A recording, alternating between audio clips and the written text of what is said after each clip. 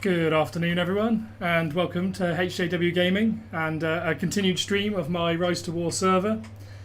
Apologies in advance for kind of a lack of updates this week. The weather in the UK has been absolutely ridiculous, and yeah, I've just been making the most of it, to be honest, rather than streaming from this room. Apologies also if there's kind of a small humming background noise. I have had to put a fan on in the same room as the heat is just absolutely enormous in here. So yeah, apologies if you can hear that. Hopefully not. Now, I haven't streamed in about a week, so there's a fair few things to kind of go through on our server, kind of run through the updates. Hopefully I catch everything. Though, as I said, I've been kind of in and out, enjoying the nice weather, so I might have missed little bits, and apologies if I have. First up thing you'll note is we've relocated once again. We're now located in this leftmost period of the kind of leg of Tower Lower. You see here there's quite a lot of pings on the map, so I'll update from our kingdom perspective and then cycle around the map. So the first thing of note is you'll notice that there is a new kingdom formed underneath us. So this kingdom actually was formed all the way over here in Dol Amroth, and this is a kingdom of Mora. So when Dino and Saw, they've been scrapping a lot up here with Time and Ungo, and they were also scrapping around Dol Guldur for a while, which I'll come up to in a minute. But basically during that time, Mora worked their way across and captured Dol Amroth, so they were able to form a kingdom. I believe at the minute it's just themselves in this kingdom, so kingdom without a partner basically. They did have Langstrad as well, though that's been taken by Jedi recently, and they also had Paths of the Dead, which has now been taken by Dino. But yeah, what that means is we do have a new enemy to the south, and in addition to this, I mentioned earlier about IRSS and Burn forming up in the north. They have since moved down to the southern region, and that's who we're kind of currently fighting at the moment. We've had IRSS push all the way up into Tower. For a while they were right on this crossing where we have our base. That's kind of why we relocated there, to be behind this crossing. But we've pushed back through and now are moving towards the pass here, as you can see. So we've got quite a few of our commanders sitting here. We have leveled up. Personally, we've leveled up quite a few of our commanders, so there's definite kind of improvements there. We do have 3 level 49s here, and then we also have Witch King level 50, so we've got a lot more kind of combat ready now. So we're performing a lot better than we were previously when we were quite underleveled. So with home, oh sorry, I think I've just heard a knock on the front door. Give me 2 seconds and I will be right back.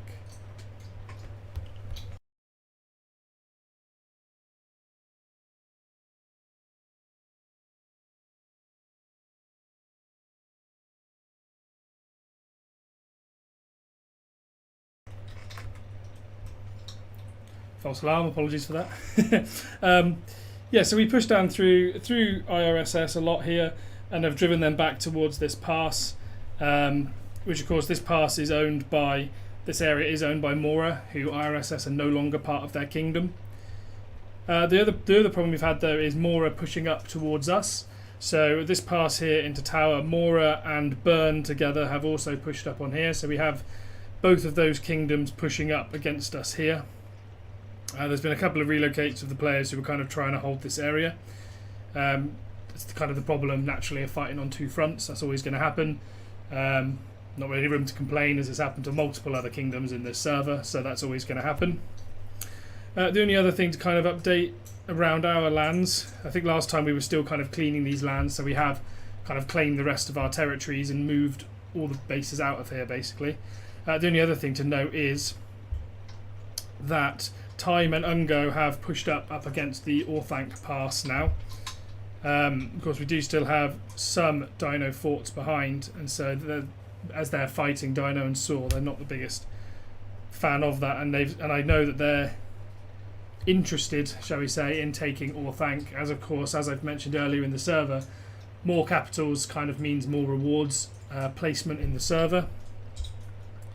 I don't think it's enough to make kind of a difference for them if this will open up, but basically they'll get additional gems for every designated structure they have. So I know that they're interested in trying to take Orthanc from us.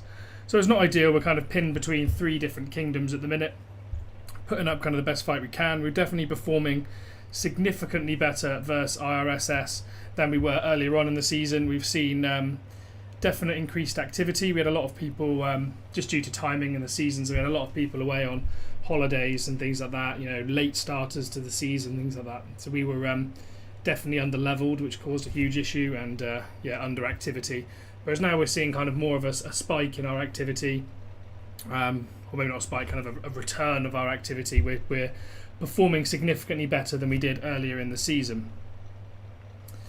So if I carry on looking around here and ignore us for now, if we move to the north, Chaos still has pretty much all of their lands. The only ones they've lost since then, I believe, is North Downs, of course, which was taken by the Kingdom of IRSS and Burn. So when they, after the end of my last live stream, they did fight with Sand and they claimed the capital, but in Burn's case, reclaim the capital to then form their kingdom. And of course have taken all the other points away. Since then, Sand have still been fighting, as you can see, to try and can't even see the keep. There we go. And they've claimed Cairndurm, and then they also took the North Downs land from Chaos. And then for a while they did push right up against this path. You can see it's now claimed by Sith, but they were pushed right up against here. Although I believe that's been ceased since by an NAP, or a non-aggression pact. So an agreement between Chaos Sith and IRSS Burn not to engage, basically.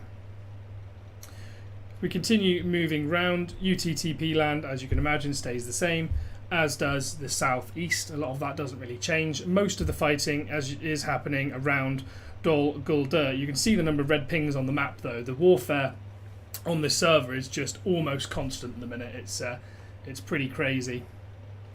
Hello, Elrofgar. Thank you for tuning in. But yeah, the fighting is just absolutely everywhere. If we start with our own pings, I think this one down here has since subsided a little bit. Yeah, it was around 10-11 million yesterday, maybe the day before, and it's subsided a little bit since, I think because the fighting's moved to kind of further down here, so it'll have another ping at some point. And then I think the fighting up here was 5 or 6 million as well with a ping, which was a couple of days ago, so that's since come down. The other pings we have are this one here, which is 3 million with Mora and Burn. To be honest, I think the majority of this is Bean from our fellowship on his own, to be honest. He's been putting up some ridiculous numbers. And then we have another just under £1 million ping here in Nan Lef Nui. If I then come over towards Helm's Deep, you see there's a small ping between Dino, Ungo, Saw and Time, and that is Dinosaur reclaiming Helm's Deep. And then there has been continued scraps between Dinosaur and Time Ungo all around the lands, these kind of central lands south of Dol Guldur. So we've got a 3.6 million ping here, 3.2, 5.1, and then a small 200k ping. But it just seems to be very back and kind of forth in these areas. You can see there's a lot of tiles of kind of both teams, and still tiles being taken at this current time. So this scrapping is still happening around here at this time, which is pretty good. Pretty cool to see. There's constant fighting. And then we kind of have Dol Guldur, which I've left until last deliberately. You see at the minute there's a £13 million ping that's come up in the last hour. The level of pings up here have been absolutely ridiculous. I think there's been 40 odd million pings pretty much consistently. So you see there's a 1 million here, another 14 million ping over here, and then 10 million over here. So all these different entrances to Dol Guldur are being occupied by UTTP only, and then Chaos and Sith, and they're holding all of these areas. At one point, all scrapping around the centre of Dol Guldur. The only time I've actually seen Chaos and Sith be properly pushed away, obviously they've evidently had some loss of ground today and then are rebuilding now. But at one point they were fighting all in the same area. It was Chaos, Sith, Dinosaur, Time, Ungo, and UTTP and Only were all scrapping in the same area. As for, who was fighting whom, seeing as if Time and Ungo were there, obviously they're not fighting with Dino and Saw, they must be fighting against them. I think it is literally just a complete free-for-all in there. But the fact that Chaos and Sith have managed to kind of maintain that control of Dol Guldur and never really lose it is pretty unbelievable, in my opinion. Like, if we've got eight fellowships all in the same area fighting and they're still coming out on top, it's pretty crazy. Of course, they do have the benefit of the ring buff, which, considering they're already strong players, it shouldn't really be understated. Admiral Rex. Oh, they were attacking Dinosaur rear, were they? Time Ungo. Okay, so it was Dinosaur, UTTP Only, and Chaos and Sith all scrapping in the same area, which is still pretty nuts. The fact that they, I imagine Chaos Sith would be the primary target, seeing as they're the current holders. You'd imagine they'd be the target of the other 4 fellowships. So that's still pretty crazy, considering at the same time they were also having to deal with IRSS and Burn up here attacking their lands. The fact that they didn't really lose any ground, they've held this pass and they've held Dol Guldur, is nuts. As I was saying, they do have that 5% stats ring buff, which when you're already an extremely powerful fellowship is a big advantage. It will make a big difference. 5% of your stats when you've got fully maximized equipment is pretty crazy, but full credit to them. They've been sticking it out there, and they've been sticking it out for a long time. Bearing in mind, they've had this for probably 2 weeks now. And this server, you can see there, it started 36 days ago. There's still another 19 days-ish. It's about another 3 weeks, which just shows how crazy fast this server's gone and how much more there is kind of to come. But yeah, they've been fighting this off the whole time. And so far, UTTP Only haven't quite been able to make the inroads they want. At one point when they were all attacking, I think UTTP and Only did manage to push all the way through and get forts around Dol Guldur. But then Chaos Sith rallied, kind of came back and did, and as you can see, the end result basically. So that's kind of where the season's at. I haven't highlighted these pings up here too much. But you can see Sand still doing what they can to try and basically scrap with IRSS and Burn, which is useful for us because it will pull away some of those players and stop them fighting down in this southern region with us. So as far as we're concerned, we have 4 commanders down here, so we can try and find a little bit of room to attack ourselves. So there are some on this pass which may try and join in with. Let's just send all 4 of them down here. It's going to take a few minutes, but yeah, the one thing that's good so far is now our levels are starting to match our opponents. Our results have definitely increased, not being 4 or 5 levels lower like we were at the beginning. We were definitely slow starters, which is fairly unusual for home. Normally we're absolutely rapid out the blocks at the beginning, and I think I put that down just to like the summer holidays into that, a lot of people being away. We were definitely a bit slow at the start, which and that doesn't help with the level of team when everyone's rocking as quickly as possible. Today was the closest. UTTP Only have gotten to taking it. If you look at Dol Guldur itself, they got 40 mil siege down. Oh wow, I did not see that. So did they break through and just start attacking immediately? If so, that's pretty crazy. Oh, you're right, I didn't even notice that. Wow, so they got there, broke through Chaos Sith, and then immediately attacked Dol Guldur by the looks of it, and tried to get that siege down. And to be fair, I don't blame them for that. That strategy is quite a wise strategy, because if they could get that, just sneak Dol Guldur out from under Chaos's nose, suddenly that advantage of the 5% swings the other way, and that would probably give them enough of a push to be able to clear and claim this area. So yeah, fair play to them. Yeah, but both sides basically are putting in some ridiculous numbers. You see some of the reports that pop out. The only thing I wish was that you're able to see it, basically, because unless something's posted in World Chat, of course, I can't really see it. I can't see the number of armies around all these areas. can't see any of it due to fog of war, which is I get why it's there from a tactical perspective, but from a streamer perspective, it's frustrating. As you'd love to be able to watch it and see it. And if anyone does want to see parts of it, there's other content creators in a lot of these teams which you can take a look at. Which I'll always flag up my other creators and other people putting in the grind. So I think in time, if you wanted to see Dinosaurs battles with Time and Ungo, I think Phoenix Gaming is in time. And for Chaos, I think RTS Mobile Gaming is in Chaos. So if you checked him out, I'm sure he'll have some streams of their wars down there, which would be pretty crazy. Yeah, so our commanders are just starting to approach this area. So I think we might have a little bonk on this here and see how many of those armies we can clear away. Mainly because we're just trying to get... If I look at PvP reports as well, you can see some of the ones we've done in the last day or so. So where should I start from? So if I look at like this morning, for example, I could look yesterday, I suppose, a little bit. We had a couple with our Dwalin, for example, when we're battling our way through. This is against fully purple Khaldoon. Similar level-ish gear to our Dwalin was.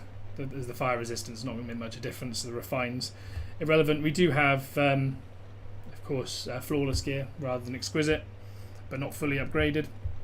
But yeah, Dwalin came out on top in this instance, and then do we have any others? Not really. And then from today we've got a couple. So we had Gandalf the Grey coming up against a very good Sauron here. If you see, he's running pretty good level gear, strong flawless gear, not tactical manoeuvres unfortunately, which might have made a lot of the difference, to be honest. If he was running tactical manoeuvres, I think this battle would have swung significantly more his way, as tactical manoeuvres, of course, helping his damage received in those first few rounds when Gandalf the Grey's Convener skill kicks in, so it would reduce that Reaper damage massively in the first few rounds. But running cavalry suppression as well obviously doesn't make too much of a difference. The only cavalry we're running is the Swan Knights, but still a very good Sauron. Running a madness-based build as well, and we don't have anti-madness, so we're of course at risk of that as well. And running men and evil men units also means that we have a lot of wasted points here with Champion of Light up against a Sauron. So still not the best matchup for both of us, but yeah, he came out fairly on top, not bad.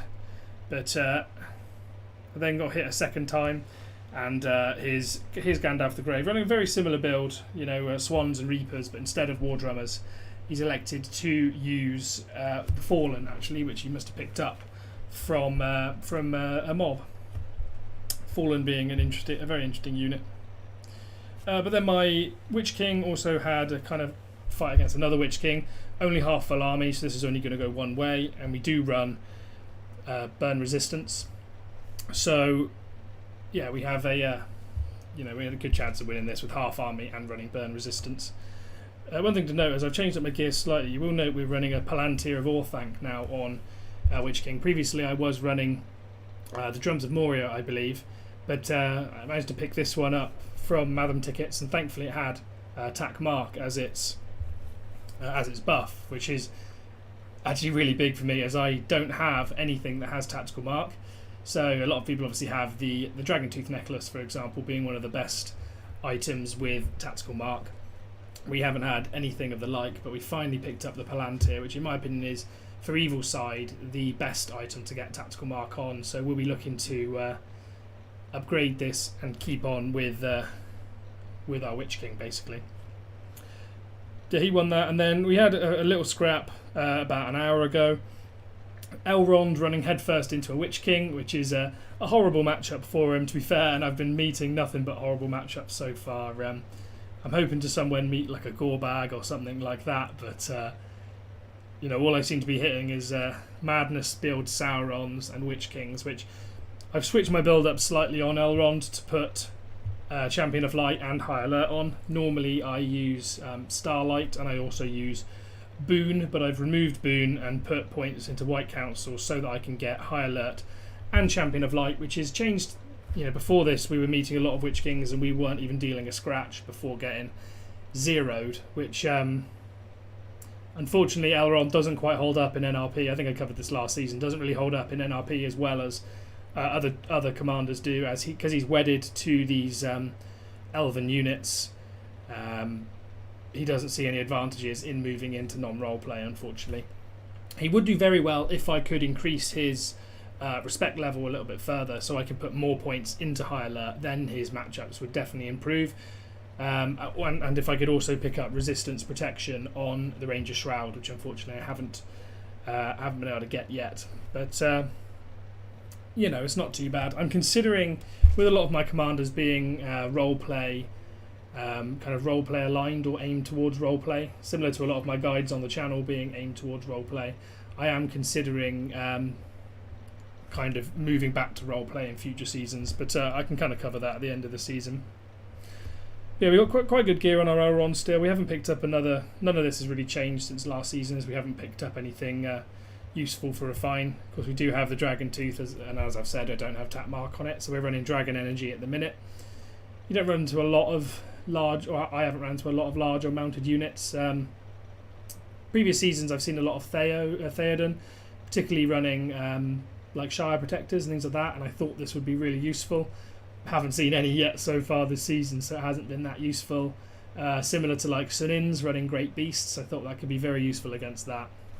And army-wise, we are still using the Tier 2 Marksman. Unfortunately, I haven't kind of been anywhere near mobs that would contain Marksman for quite a while, so I haven't been able to use my ring buff to pull them in, which is unfortunate. So we're still having to rock the Tier 2 Marksman, so it's no wonder that we are losing some of these. But the end result, actually, considering it's such a bad matchup normally, wasn't too bad for Elrond, in all honesty.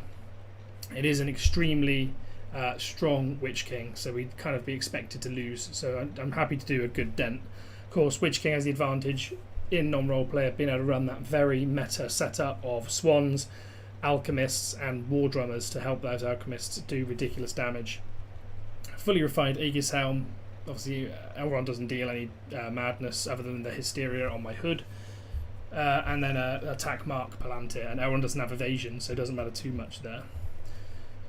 But yeah, then we followed up with Gandalf the Grey, and he did finish off this Witch King, of course, half army. But still, I think if Gandalf had hit first, I probably would have won that straight up first time, as Gandalf the Grey is, a phenomenal commander, very, very anti-Witch King, so he would have done very, very well.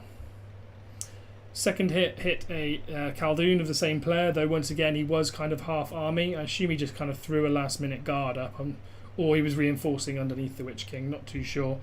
But a very, very strong Khaldoon. So you can see here it still did 120,000 damage to me, but when they only had 175,000 army. Not the best result for us, but you can see just the level of equipment. Very, very meta, running the Frenzy Gigantic Hammer, Tactical Maneuvers Mithril Coat, Tranquility Helm, and Iron Guard Drums, which is possibly the most meta kind of setup you can get at the minute. And with this kind of build, he's right up there in the A, maybe S tier of commander. But we still got that done, and then we managed to get a pretty good draw up against a Sauron that we hit underneath both of those. I was expecting to lose this and lose the commander, in all honesty, because that third kind of hit is half army. You can see only 160,000 left previously, so yeah, just above half. Hitting a full Sauron, very, very good gear, fully strengthened and highly refined, flawless gear, including his unique, very meta build. You can see it's it's quite a high respect Sauron as well, as he's able to kind of hybrid between the focus and the madness build. So a very strong Sauron, which we actually performed pretty admirably against, being able to take out 130k of army with only our 160.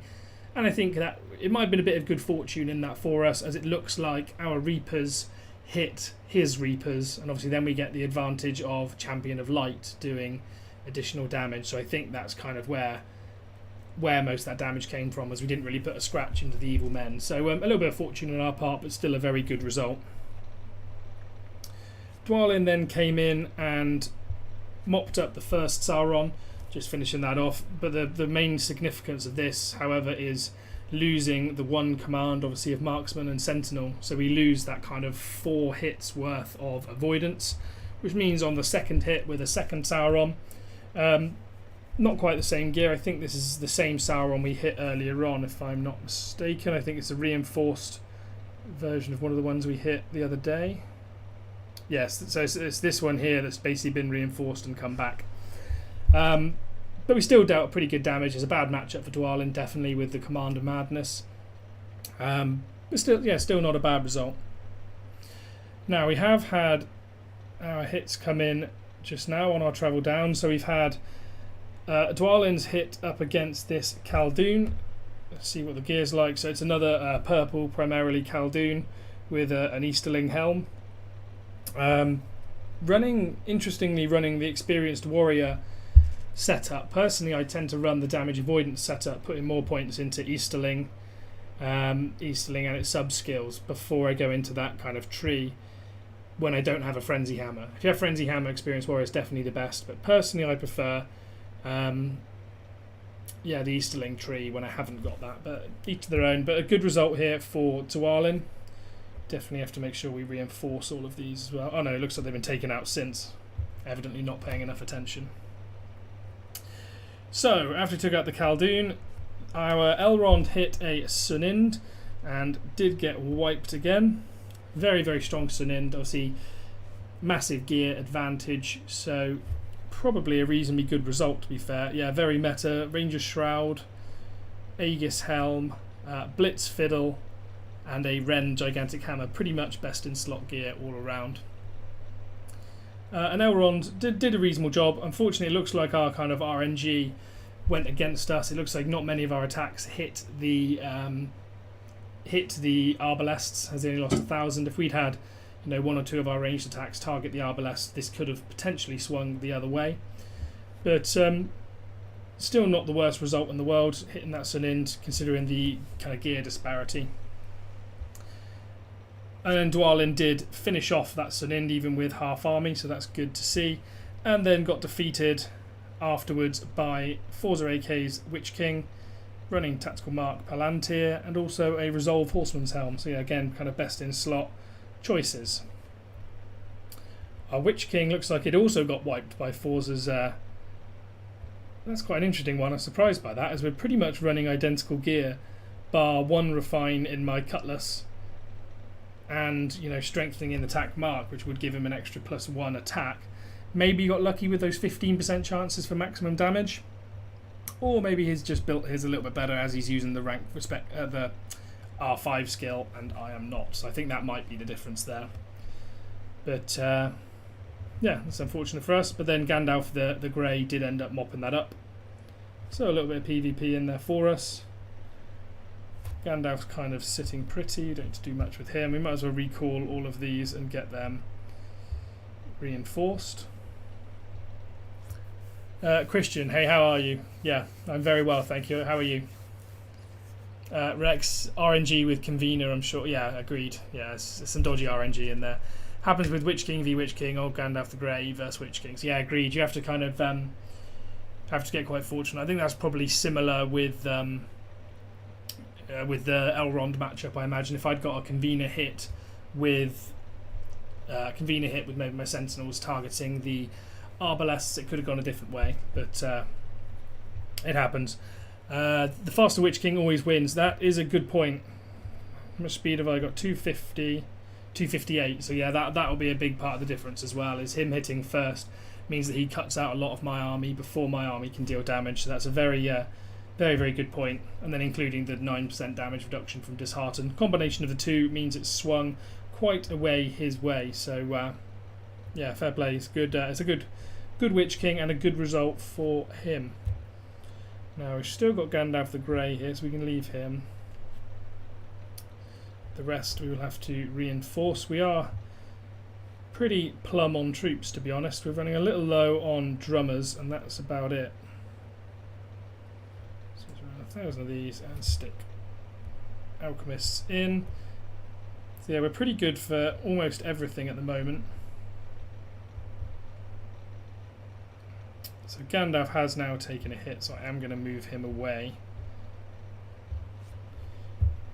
Looks like another successful hit. So a draw up against a strong Sauron here.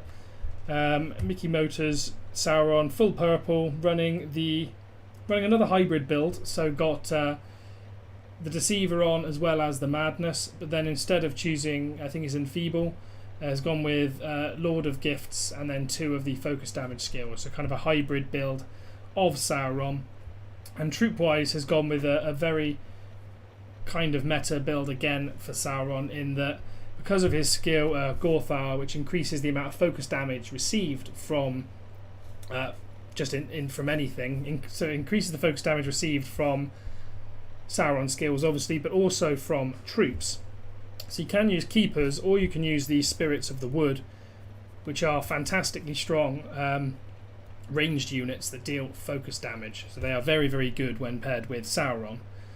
You can see they do, the thing is they do receive additional burn damage, which is probably kind of where we fell off a little bit. If we'd had Alchemists instead of Reapers, we probably would have won this, but I got to save the Alchemists for Witch King. But yeah, very nice Sauron there. I wonder how much damage those Spirits of the Wood did do. So you can see there 112,000 damage, so yeah, a lot of damage being dealt by them. When you consider that Sauron also healed them up for 80,000. It's a lot of healing. And he dealt 100,000 damage himself, so not too bad, to be honest. We'll take that. So we'll just move Gandalf away, heal him up, and then we can kind of move back. You can see Drum is pushed right up here, so Drum is very high activity at the moment, doing very well, winning a lot of these and being very, very highly active, which is great to see. Of course, as one of my accounts also plays in Drum, we'll get that involved as well.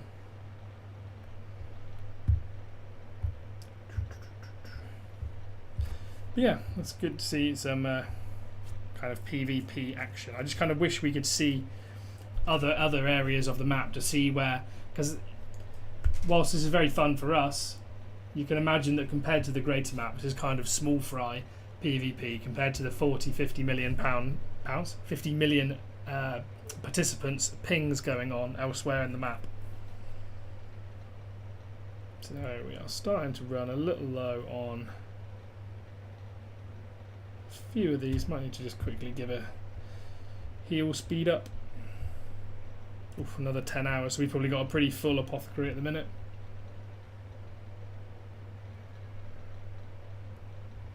And there we go. Let's get Gandalf the Grey and then we can get re-involved again.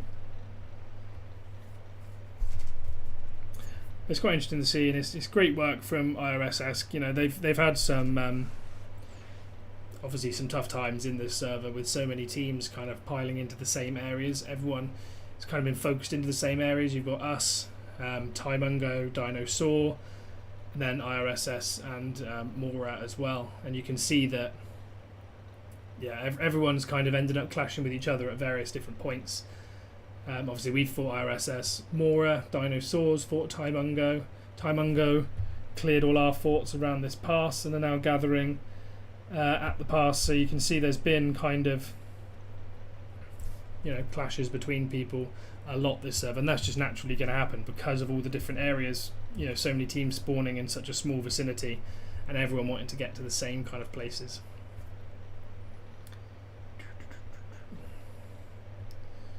Trying to think if there's kind of anything else people need to see here,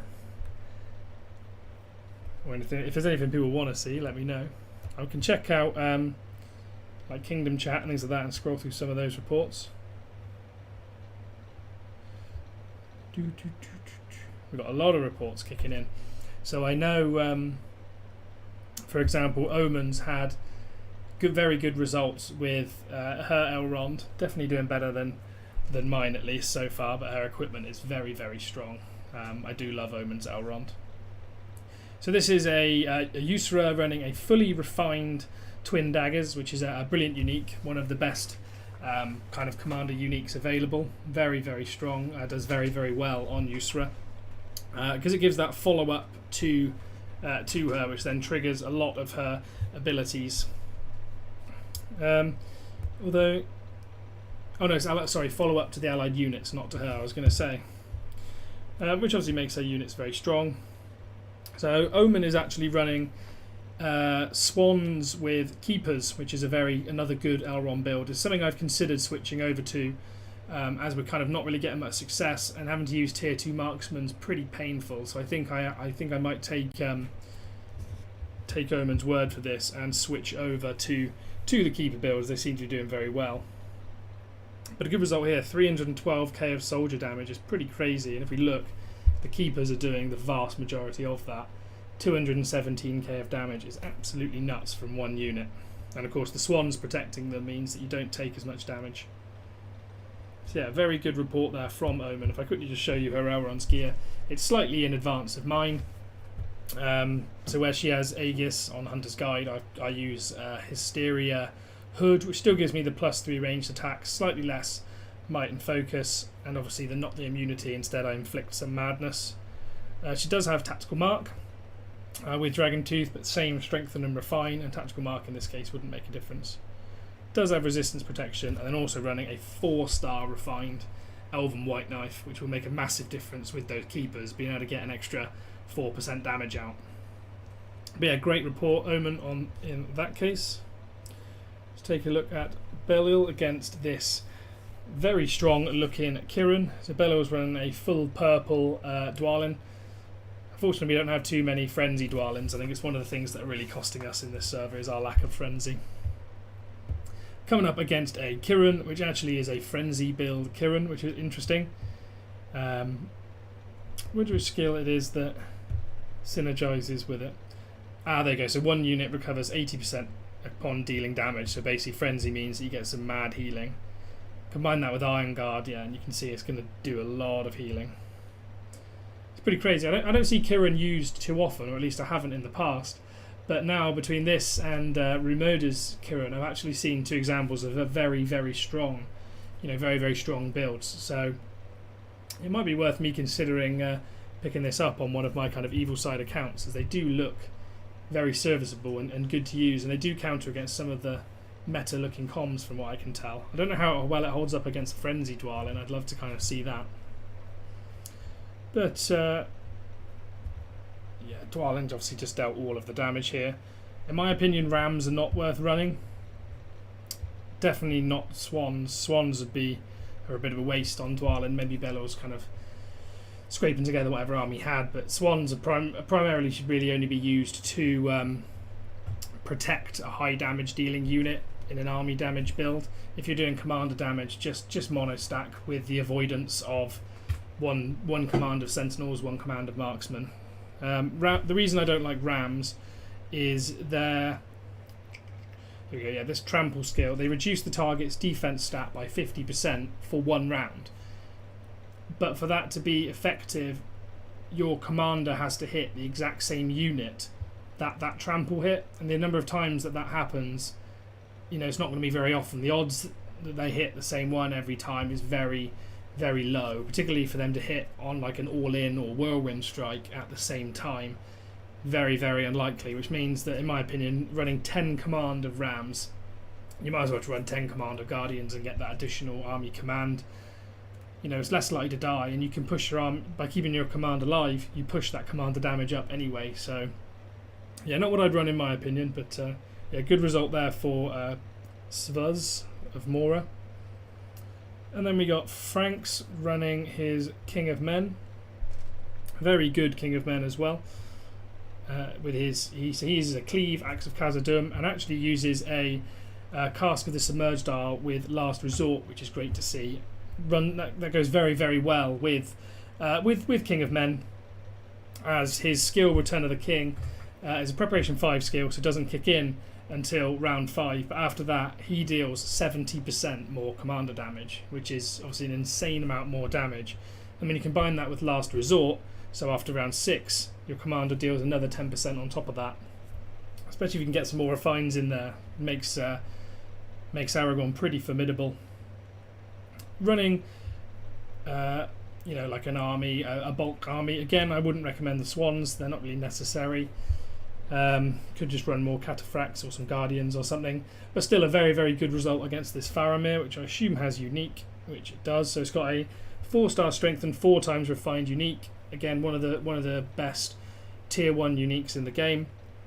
Giving your units plus 50% damage and initiative during those first 2 rounds.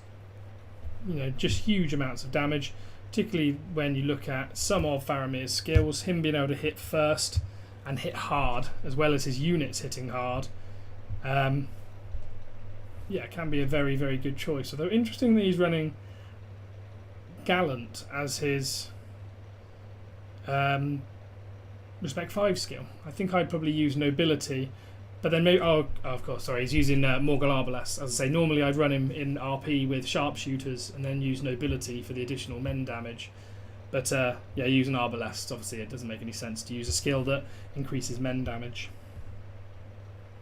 Hunter's Mark, if he in this particular scrap, if he had ranged might, it might actually have tipped the fight in his way. But very, very good result for Franks there. He had another one with a Gandalf the Grey, but only half army, so not worth kind of analysing. A couple more reports from Omen. We have Dwalin, Cleave Axe, Ered Luin formation, Cask of Pride, and a Dominance Durance plate rather than attack manoeuvres, which is interesting. Very high respect. I think this is respect 23, I think, if I'm adding that up correctly. Yeah, very strong Dwalin coming up against a Gandalf the Grey running purples. Very bad matchup for the Gandalf the Grey, of course, as kind of High Alert and Champion of Light basically become wasted skills in this instance, as of course Dwalin's not running any kind of Orcish units or elemental damage dealing units. Yeah, good report, and then hits Gandalf the Grey again.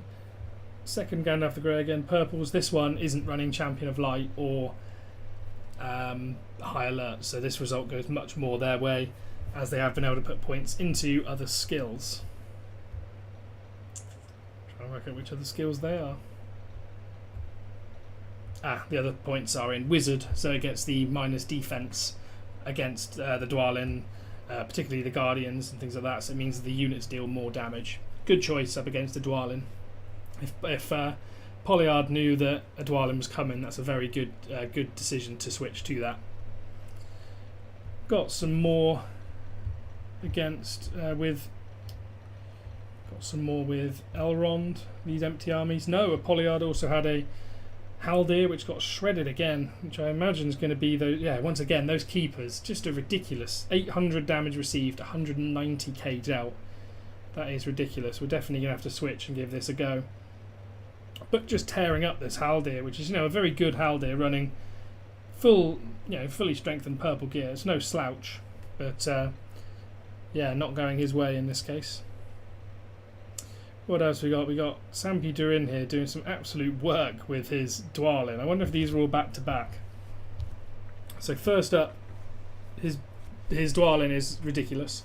One of the few of us who do have Frenzy and running it fully strengthened and refined. I think this has probably been his best commander this season. It's quite funny because previously, before getting the Frenzy Hammer, he didn't run Dwalin, and we all had to kind of tell him and convince him to switch to it and to commit to the gear.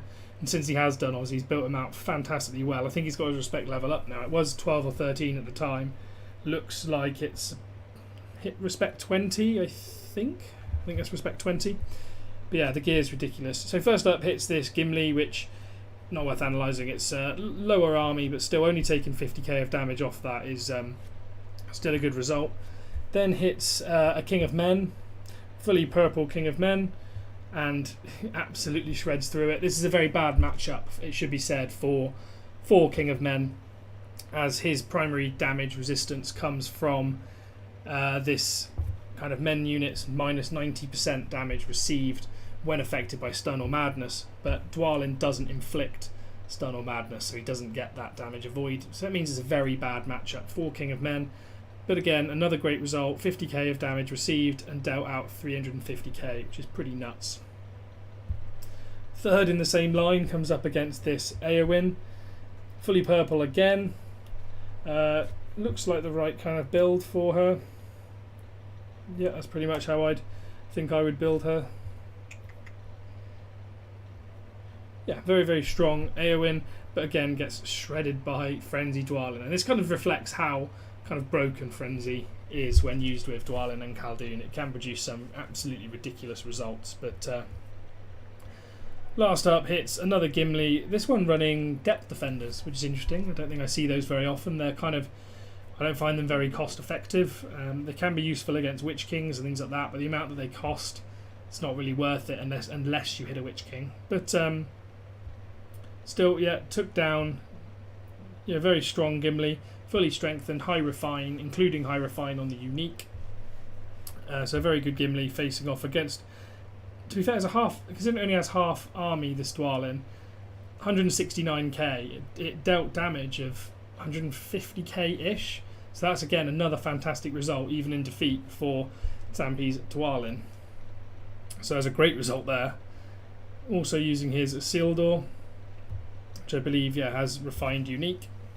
Very strong gear, resistance protection shroud, Aegis submerged helm, and Bane of Soldiers carved dragon tooth. Taking out this Thorin here, fully gold Thorin, so again, very good result. Especially when you consider that not using too many ranged units, he's using some master throwers, but yeah, those rangers and Dunedain are primarily going to be dealing most damage to ranged units, so considering most of the army's melee, that's a very good result. But then did get taken out by this Gimli, the remainder of his army, which I think is then when, yeah, which is then when Dwalin came in and swept up. So yeah, we've got some very good kind of reports going on. But Bleck's done some good work here as well. You can see with his Isildur, not worth analysing this one. Khaldun low army does get a victory against this Sanind. So Bleck also has, you know, lower strengthen and refine, but does have Isildur's unique. Also with Bane of Soldiers, and you can just see what the difference is when Dunedain come up against a commander using ranged units. That Sanind just got absolutely burned, I imagine, with the Dunedain doing ridiculous damage. Yeah, 225k of damage, which is nuts. Dwalin Frenzy versus Monostack is discussed. Yeah, you're completely correct. So for those who are unaware of why Dwalin's so good against Monostack, particularly with Frenzy, I think I've said a few times why Frenzy's so good is that synergy with Hunt Down, in that it can inflict Hunt Down to the enemy troops literally twice, pretty much twice per round, which means that the opponents take a hell of a lot more damage once you've inflicted that debuff on them. But with a Monostack, that Hunt Down is always going to be inflicted to the exact same unit that Dwalin's attacks will hit. So that will make a massive difference for his damage. Because of course sometimes that, if the enemy's running a triple army composition, it might inflict the Hunt Down to the Cavalier and then hit the Cataphract. So therefore you don't get that damage debuff given your advantage. But when someone's running a Monostack, they're always going to have that damage received debuff, so it's absolutely disgusting. Which again, yeah, is why this result ended up being so ridiculous. Because that is a ridiculous result. Yeah, got a couple more from us. I think we looked through these ones earlier on. Speaking of which, we should probably move our commanders over here. Now that, of course, they will have reinforced. It'll take a little while. Imagine a lot of them will take 15-20 minutes. So we're not going to have hits probably within this stream, I doubt, but still good to get them over here. And I can, of course, do reports on my next kind of video or stream. See what else we got. Bleck had another hit with his Aragorn. Only level 45, which is interesting. But still wins up against a very strong Witch King. Full purple Witch King. But he is running the Burn Resistance Hauberk and Blinding Barrier Helm. So even being only level 45, but running those stacks of Knights means they have a ridiculous amount of fire resistance, which is why you see quite funny reports like this going in his favour. Of course, very situational. If you don't hit a Witch King, you're basically guaranteed to lose, because those Knights' defensive stats are not fantastic. What else we got through here? Let's keep scrolling. So let's take a look at some of Rabbit's reports. So we have a Gimli off, half army unfortunately. Rabbit's Gimli being basically full purple but with strengthened and refined unique. Very strong Gimli. Then lost to a Dwalin of Archie, and this again is going to come down to the fact that it's a Frenzy Hammer hitting up against, thankfully not a monostack, so very useful. But yeah, still a strong Frenzy Dwalin, which is always going to win in this case. Going back to Frenzy, the one thing I can always recommend in this meta, if your opponents use a lot of Frenzy, always make sure you're running a triple army composition, meaning, so you'll see like what Rabbit's done here, is using Guards of the Tower and Cataphracts, and then I probably wouldn't run Rams, as I said earlier, I'd run like Guardians or something, but running triple units means you reduce that chance of hunt down being inflicted on the unit that Dwalin hits. So yeah, in this meta, triple army composition is definitely kind of needed to avoid that. I have a few more things from Sampi with his Gil-galad, which is a fully strengthened and refined Gil-galad, very, very strong. Personally, I find Gil-galad's falling out the meta quite a lot, which is unfortunate, as he's kind of, I think we have him respect 9 or 10, so he's probably one of our highest commanders, definitely our highest tier 3, but not really as usable as he was. But of course he's always going to be usable when you have this fantastic gear on him. Between Elven White Knife and the Harp, you give him 24% damage to your elves, resistance protection Hauberk, and an Aegis Hunter's Guide. Yeah, brilliant gear, best in slot all the time, and he also has March Wardens as well. And taking on this Gimli, not fully leveled either, level 48, and it does get shredded by Gil-galad. But actually, considering the gear disparity, doesn't, you know, it's not too bad of a result here. Still inflicting 120,000 damage. And then he comes up against a Gandalf the Grey, and this is kind of bread and butter for Gil-galad, to be honest. Still a good Gandalf the Grey, tactical manoeuvres, coat, everything like that. Of course, Champion of Light and High Alert, again, wasted points when you're not facing off against an evil commander. But still a decent result for Gil-galad, and then unfortunately loses out to a Dwalin running the unique, which is interesting. Really not a fan of Dwalin's unique, I think it's pretty poor. Attack for dwarves, completely pointless when your dwarves don't deal much damage. You're looking for the commander to deal damage. And I suppose the normal attacks having bonus damage is kind of useful, but you know, not massively, basically. But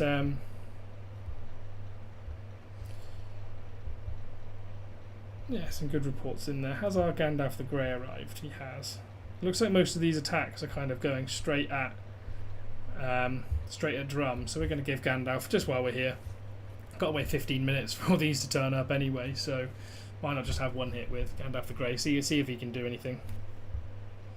Because there are 8 armies on there at the minute, obviously there's a lot behind, so when we do decide to push and maybe try and take this pass, there's going to be a lot of resistance waiting for us.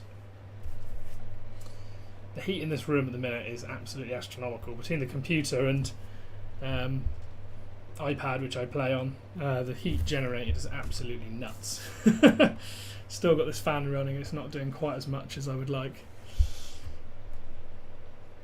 So a few of these drum guards being broken, they should definitely stack and guard all together. Not sure why they're separated, but still they've done a good job clearing this area. Let's see if we get wiped with Gandalf. Unfortunately we do, but not before having a very good result first up. So we hit Sunin first, which is good. I've been so unlucky with a lot of my Gandalf hits so far, and I just haven't hit Sunins. Because it's basically what my Gandalf the Grey is built for, is to, you know, eat Sunin. When you combine the Reapers and the way that they target the lowest defense unit, which with a Sunin will always be the Arbalest, and then also running Champion of Light and High Alert means that you deal a hell of a lot of damage basically to those Arbalests. You know, they only managed to deal 30k of damage, which is pretty crazy, and the Reaper dealt 226k. Then we hit on a second count. What wiped us out was Witch King following up, which is unfortunate. We don't have a burn resist chest on our Gandalf for the minute. Maybe I should consider swapping it round if we want to get better results against those. But we still did a reasonable amount of damage. 80k, considering we were slightly reduced army. But yeah, not the greatest second result. But the first one, definitely good, taking out that Sunind. See if there's anything else interesting kicking around. We've seen a lot of these from Black. What else we got? I think this is Mark here. Running Purple Dwalin, also with a Lord of Arcane Warrior Box of Knowledge. Up against this Sauron here, running the Madness build. Normally a very good commander to use against Dwalin due to the Madness also hitting the commander. But you can make it better obviously with using the Respect 5 skill on Sauron if you're going to hit a Dwalin. But yeah, coming out on top. Yeah, 226, almost 227 damage from Dwalin. Another good report. A few more here. We've got Gandalf the Grey, similar build, but also running Dunedain rather than a massive stack of Reapers. Personally, I think a massive stack of Reapers and then chucking those drummers in to remove debuffs from your team and increase damage tends to work a little bit better than just getting in Dunedain. But they still did well, still took out all of those Arbalests and definitely came out on top in this fight. If I look, actually the Dunedain did do slightly more damage, but I think that's because of the unit disparity. I think if there was more Reapers, it probably would have swung even more Gandalf's way. In my opinion, of course. Very strong Sunind as well, very good gear, fully refined Aegis. I assume it's a tactical mark. It is, so if Gandalf's running evasion, that's not good. And there'd be wasted points if so. Yeah. Personally, I think these kind of free people's points, they'll be useful. I was going to say they might be a bit wasted if you're running Reapers, but I suppose you do get the damage resistance on the Swan Knight, which might make it worth it. And also running Dunedain, they'll get them as well. A few reports from myself earlier on, kind of clearing up with Gorbag. Let's see what we had. We had a Sunind v Sunind, which I lost spectacularly, especially considering I'm level 49 and they're level 42. So fantastic result for me, as you can see. I'm not even sure where it went wrong, to be honest. You know, skilled pretty similarly. If anything, I probably have slightly more towards the meta skills. I think I just got quite unlucky with the RNG of his Arbalests, I think targeting my own, which probably swung it. My Witch King then cleared that up, and then I got absolutely obliterated by this other Witch King. Very strong Witch King again, primarily down to, I think, speed again. Let's take a look. 266, 228, yeah, so again the faster Witch King won. But yeah, we've had some decent reports so far.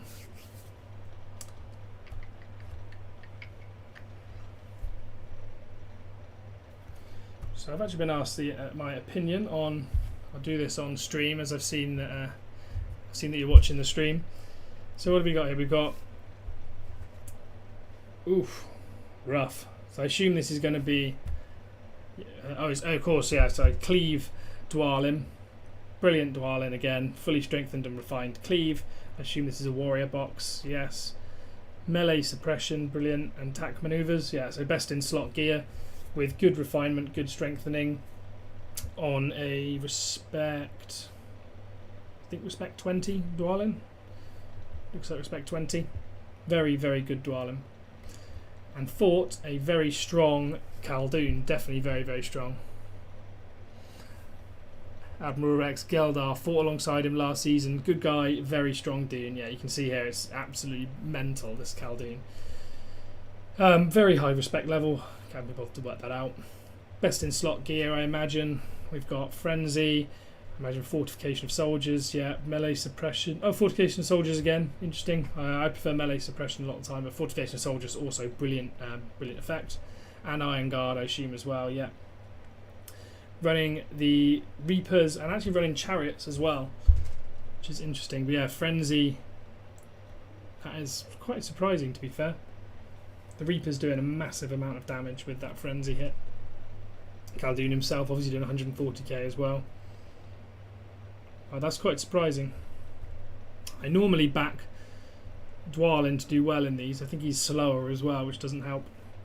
again, I think I've mentioned a few times, I'm definitely not a fan of Ram Riders. I could be, a lot of people probably will and do disagree with me, but I just don't think Ram Riders are worth running on a damaged commander, just for that reason I said earlier. There's no guarantee your commander will hit the unit that trample has affected.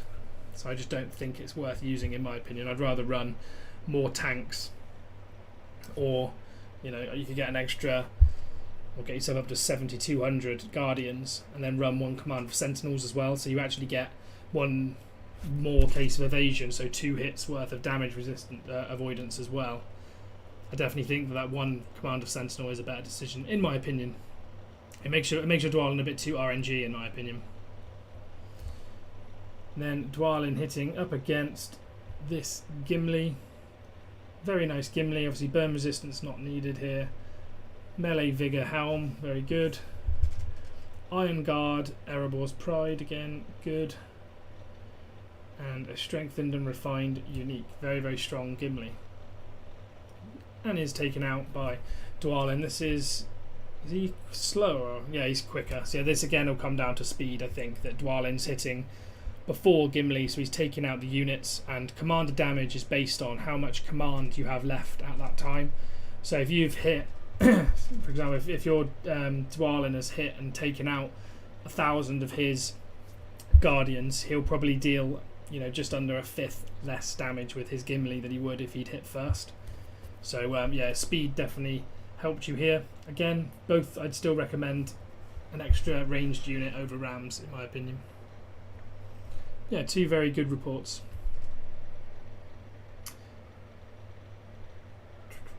We do have Witch King just on his way in.